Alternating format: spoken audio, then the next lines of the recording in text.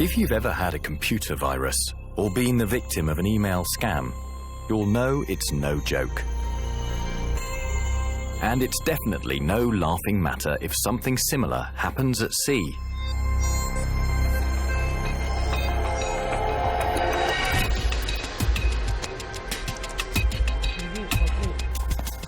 There are now growing concerns that cyber threats are closing in on shipping. They're coming. They're absolutely coming.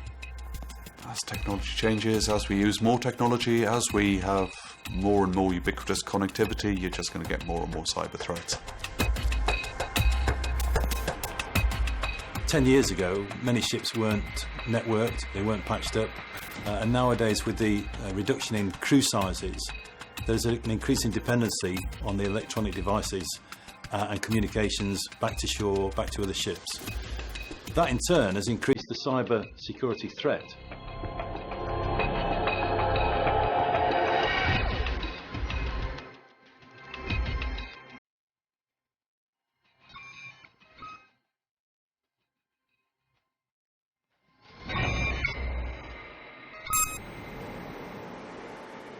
Ships' crews are used to protecting a ship from physical threats or intrusion. But they aren't necessarily aware of the virtual threat that's posed by cyber criminals. Ship systems and operations are now frequently networked. When malicious software, malware, gets into one part of the ship's system, it may gain access to the rest as well. Malware comes in a number of forms. Viruses can be contracted from removable media, fake attachments to emails, or from hyperlinks to malicious websites. To infect a computer or network, a virus has to be downloaded or opened. Worms only have to find a gap in an operating system that's poorly protected or out of date. Once inside, worms and viruses can damage data and act as the carrier for further forms of malware. Criminal attacks involving ransomware and Trojans often make headlines the world over. Ransomware paralyzes a computer system until the individual or company pays to regain control, while Trojans steal or manipulate commercially sensitive information. But attacks can also be state-sponsored or come from so-called hacktivists who want to raise awareness of a particular issue. There is no definition of a hacker. They could be anyone. Could be the person you walk past in the street. Could be a child sitting in his bedroom with nothing better to do. Or it could be a group of people working together to bring you down. It could be political reasons. It could be commercial reasons. Or it could be just for fun. The people you probably need to be most afraid of are the ones that you wouldn't imagine are hackers. This is business now, and businessmen and civil servants are doing it as well as lone hackers. Although high-profile attacks are generally carried out by criminals, most cybersecurity incidents are triggered by employees, often by mistake. For example, if they click on a link or attachment in an email, or insert an infected USB drive or personal device, such as a mobile phone, into a computer. The effect of a breach may not show up immediately. Criminals may wait for some months, choosing the best moment to strike. The risk of infection is increased in port or whenever someone new arrives on the ship. This might be terminal staff, service engineers, or other visitors who bring viruses aboard on laptops and tablets, or on other removable media, such as memory cards, USB drives, and smartphones. USB ports, because of their nature, are completely open. This means a virus could be on the payload on the disk, on the drive. When they plug it in, they could access the network, spread a virus around the vessel, or spread malware. 08-111, eh? Yes, that's right. Most vessels you can go on board with a USB stick and print out any files you wanted, especially for operational needs. And that's how viruses get in, to be honest, through malware. If something goes wrong with a computer system, it doesn't only cause inconvenience. It can interrupt the ship's business. Valuable data could be lost or passed on to criminals. And the resulting disruption to the ship's network will make it a lot harder for everyone to keep in touch with home. To address these problems, the International Maritime Organization, IMO, has issued guidelines on how to safeguard shipping from cyber threats and vulnerabilities. The IMO has also amended the International Safety Management, ISM code, to reflect cyber threats. As of January 1st, 2021, and no later than the first annual verification of their document of compliance, companies will need to make sure the risks are appropriately addressed in their Safety Management System, SMS. Since many ships are in constant communication with the shore office, it's also vital that the company's own IT infrastructure is secure to prevent the shore from accidentally infecting the ship. BIMCO and other industry organizations have issued their own set of guidelines on how companies can best manage cybersecurity. The guidelines that were produced are very much in line with any ship security plan. So ultimately, the master on board has sole responsibility to ensure that he has a policy for cybersecurity on board his particular ship. And this is very much in line with normal ship operating procedures, so that a cyber attack is, in effect, just another incident on board a ship, which can be practiced and drilled, very similar to a fire drill or a man overboard or even a piracy attack. The first step in managing cyber threats is to assess the risks.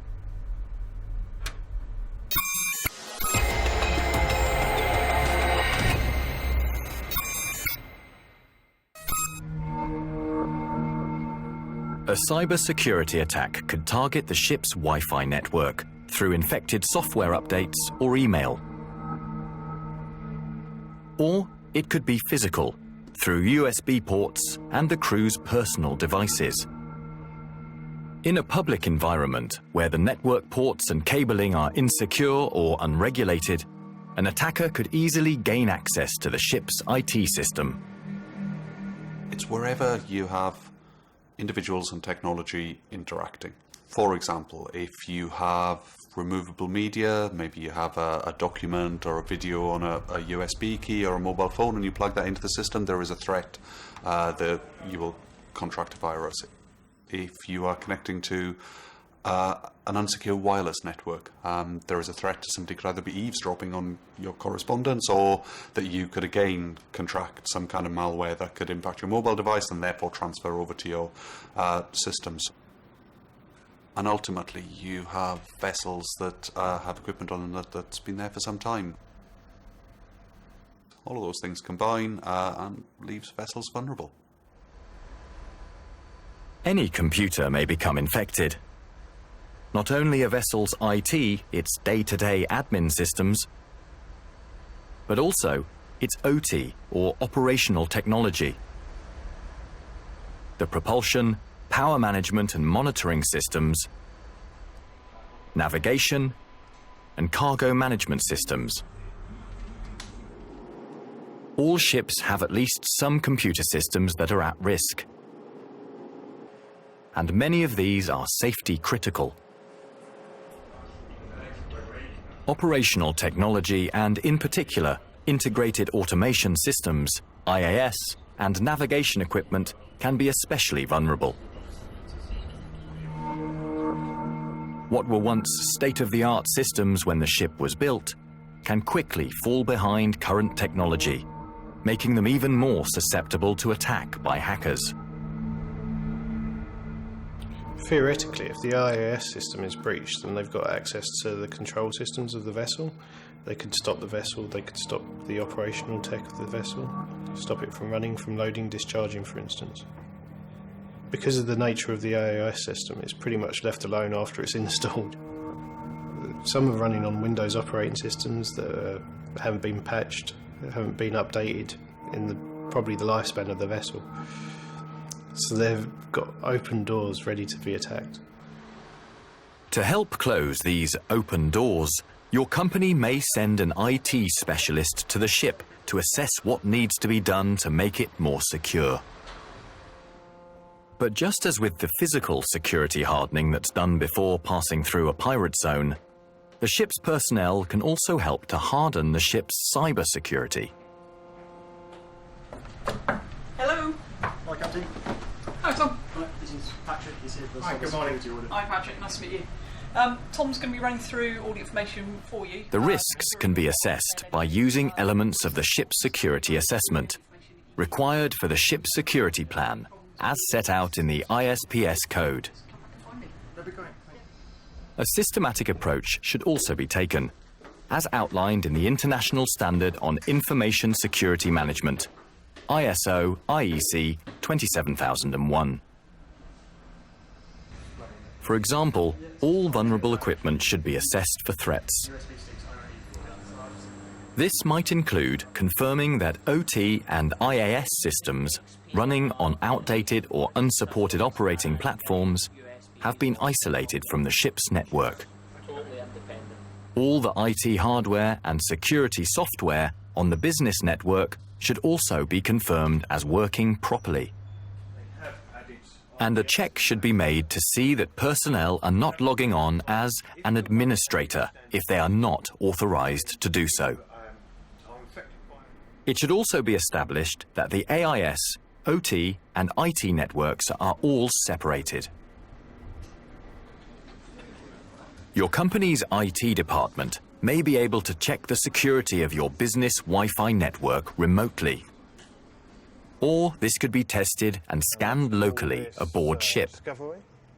Either way, it's essential that the connection is confirmed as secure, as the ship's Wi-Fi network could be an entry point for a hacker. Because of the broadcast range of the Wi-Fi system, they can normally access it from the jetty, which means if they can access it from the jetty, they can attempt to connect to the ship via the Wi-Fi system. A wannabe attacker could search for an IP address within a certain range, find you, and then attempt to access your network. Scan the ports to see what's free, and attack those ports to see if they could get in. So let's have a look at these. Okay, so as we can actually see, you've got 3 ports that are showing as open. Are you using Any issues or vulnerabilities found during the assessment should be noted and acted upon. Close the other 2 ports. But assessing cybersecurity is only the beginning. The firewall is checking for the actual port. Everyone on the ship can play an important part in maintaining cyber hygiene. Attacker tries to run in.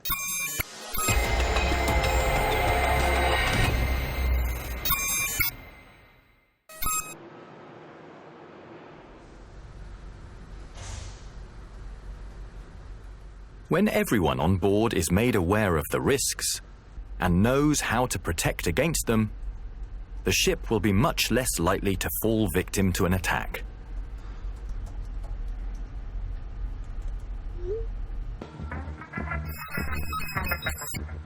Phishing is one of the most common cyber breaches, where criminals trick victims into revealing personal financial information.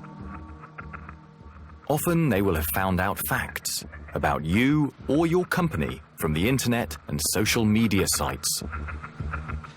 One of the things that people tend not to think about is when they're interacting publicly on technology media, so social media, not because of privacy issues, but because that information can be used to craft emails to then send to you that appear relevant to your particular situation. You should be wary that the people you're speaking to aren't necessarily real people, and you should be careful of that when you're sharing information. However long you've built up a relationship with them, if you haven't met them, if you haven't spoken to them, if you don't know them, people are making money from this. It's in their interests to fool you into sharing information in some way. Using social media criminals might send you a message, maybe liking something you have posted. The message may even look as if it's come from someone you know. Someone who has perhaps friended you in the past. If you are not careful, you may either authorize money to be taken out of your account or give away login credentials without realizing it. And clicking on a link or opening an email attachment runs the risk of contracting a virus. When in doubt, delete suspicious emails immediately. And always check whether emails asking for confidential information about the ship are authentic. We've received emails pretending to be from the bunkering company saying that they've bunkered one of our vessels and that they require payment. The only thing's wrong with they sending it to the wrong people and from email addresses that didn't match the bunkering company. And we didn't do bunkering at that time. So we know it was not an original email, but they were asking for payment. Cyber hygiene is not just about being careful with emails. It's also about taking care when sharing files or media. For example, be aware that TV or movies downloaded ashore could bring viruses on board that could damage the ship's network. And never plug in an unknown USB drive that you find on a desk or other surface. It could contain malware and have been deliberately placed there.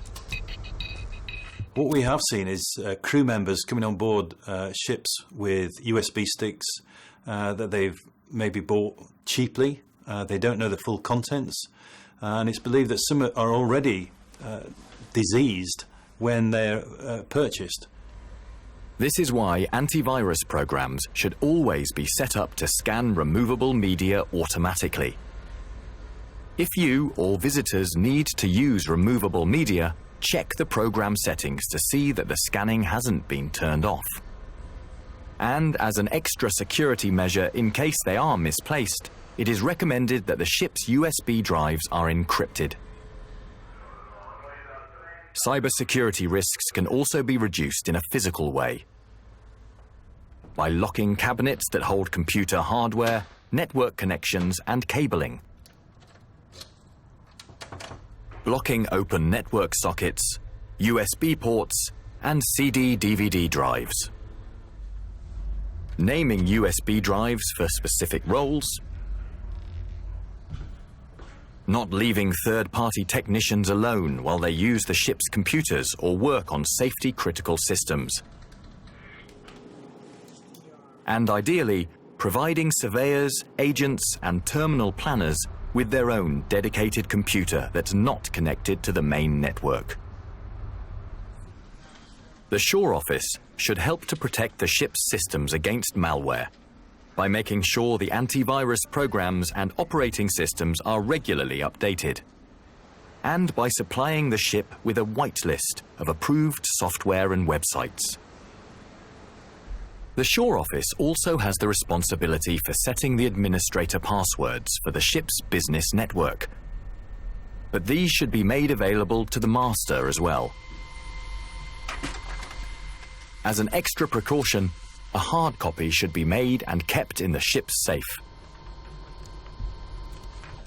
This is not only for security reasons, but also if work needs to be carried out when communication with shore becomes unavailable.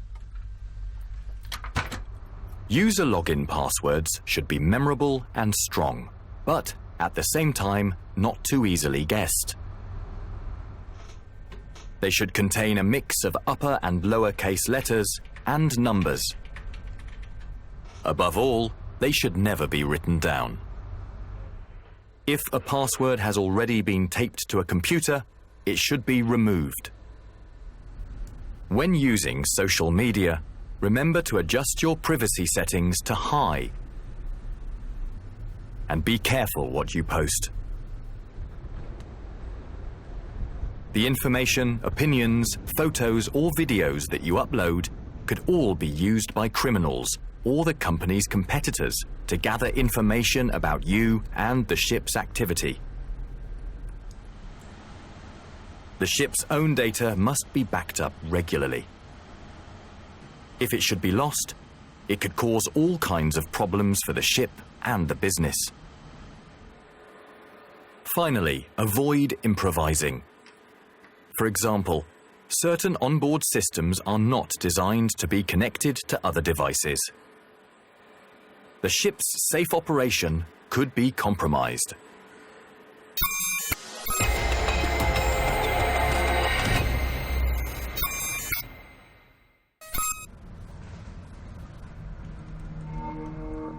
Supposing something does go wrong. What should you do?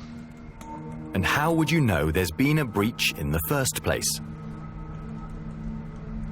Sometimes it's obvious. A system or device crashes unexpectedly. But some malware can work in the background without being spotted. One symptom could be that the computer works much more slowly than normal. Or you may notice a loss of bandwidth. These could both be signs that a virus or Trojan has been transferred onto your network and is sending your files to its home computer. So, what should you do now? The first thing you should do is tell someone. You should escalate. The longer you leave a cyber attack, the worse it will get. Tell somebody who can respond and who can invoke incident response procedures. The worst thing you can do if you think you've got a virus or you think you're under cyber attack is hope it will go away. Time and time again, I've seen virus infections that have just spidered through an environment, spidered through an IT system because somebody didn't want to escalate because they were afraid of embarrassment, reprisal from their line manager, or even losing their job. So escalate the thing quickly so you can sort the problem out, and don't blame the people who've escalated. This happens to us all. When a breach has occurred, the ship should put into action a well-rehearsed cybersecurity response plan. The plan could be that, as soon as a crew member has recognized an incident, they should report it to the master or designated IT person on board. It's then vital that the IT department is contacted for further instructions. They may have the ability to take over the computer network remotely and solve the problem. Or, depending on the company's response plan, the advice could be to disconnect the infected computer immediately. Either way, once resolved, any cybersecurity breach should be written up and circulated to the rest of the fleet to help protect against similar incidents.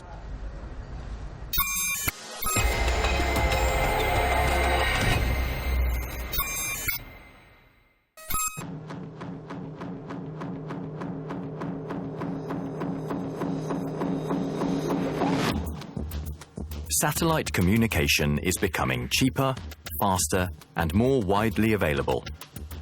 In the future, shipping will become increasingly reliant on automated systems and the Internet of Things that continually share information with the shore.